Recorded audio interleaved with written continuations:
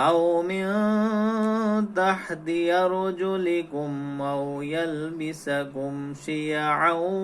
ويذيق بعضكم بأس بعض انظر كيف نصرف الآيات لعلهم يفقهون صدق الله العظيم۔